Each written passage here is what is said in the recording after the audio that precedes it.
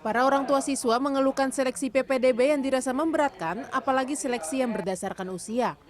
Audiensi juga dihadiri beberapa siswa yang gagal lolos seleksi PPDB karena usia. Ketua Komisi 10 Syaiful Huda merekomendasikan agar peraturan menteri soal seleksi PPDB berdasarkan usia di DKI Jakarta dicabut. Kemendikbud harus bertindak cepat agar persoalan ini cepat selesai sebelum tahun ajaran baru yang dimulai Juli mendatang. Data dari Komisi Perlindungan Anak Indonesia, terdapat 75 pengaduan pelaksanaan PPDB. 49 diantaranya berasal dari warga DKI Jakarta. Sementara Komnas Perlindungan Anak menyebutkan ada 1.200 pengaduan terkait keberatan akan pelaksanaan PPDB. Jumlah juknis Dinas Pendidikan DKI tidak sinkron dengan Permendikbud 44 tahun 2019.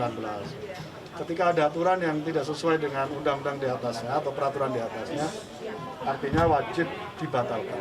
Karena itu kami merekomendasikan Kemendikbud mengambil sikap secepat-cepatnya hari ini kalau bisa untuk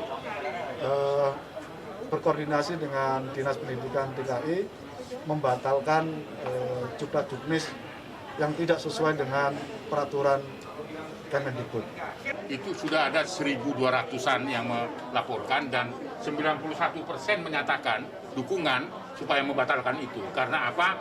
Dari 1.200 itu adalah anak-anak yang mau masuk SMP dan SMA yang punya prestasi dan nilai akademik yang sangat luar biasa dan sudah mengeluarkan dana besar dalam kerangka selama di rumah, stay at home itu dengan sekolah di rumah itu prestasinya meningkat, nilai akademiknya meningkat, tetapi ketika masuk pada hari Rabu dan pengumuman pada hari Sabtu itu gagal semua dan diperhitungkan dari 1.200-an yang terlaporkan itu 91% menyatakan dirugikan karena kebijakan menggunakan usia tadi. Kapasitas sekolah negeri di Jakarta saat ini hanya dapat menampung 46% lulusan SD ke SMP dan 32% lulusan SMP ke SMA atau SMK. Dari sekitar 332.000 siswa pendaftar PPDB tahun ini, lebih dari 146.000 siswa dari semua jenjang yang lolos jalur zonasi maupun afirmasi saat ini telah melaporkan dirinya. Sementara itu, siswa yang belum diterima masih bisa berjuang melalui jalur prestasi yang memiliki kapasitas 20% dari kapasitas penerimaan. Salah satu pertimbangan melalui jalur ini selain nilai rapot adalah nilai akreditasi sekolah. Kenapa menggunakan akreditasi? Karena akreditasi ini juga di dalamnya menyangkut beberapa standar proses, standar penilaian yang ada, termasuk nilai anak-anak. Jangan sampai nanti anak-anak dari sekolah A mendapat nilai yang lebih rendah, tentunya ternyata sulit mendapat nilai itu. Ini juga yang supaya tidak ada yang diuntungkan dan tidak dirugikan.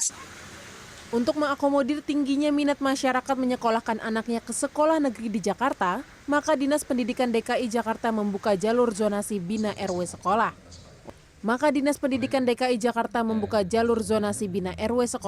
Yang rencananya akan dilaksanakan pada 4 Juli mendatang. Jalur ini diperuntukkan bagi calon siswa yang tinggal dalam satu wilayah RW dengan sekolah. Jalur ini akan menambah rombongan belajar di kelas di Jakarta dari 36 menjadi 40 siswa per kelas, sehingga tidak mengurangi kapasitas penerimaan siswa dari jalur lain seperti jalur zonasi, afirmasi maupun prestasi yang telah dilaksanakan. Tim Liputan, CNN Indonesia.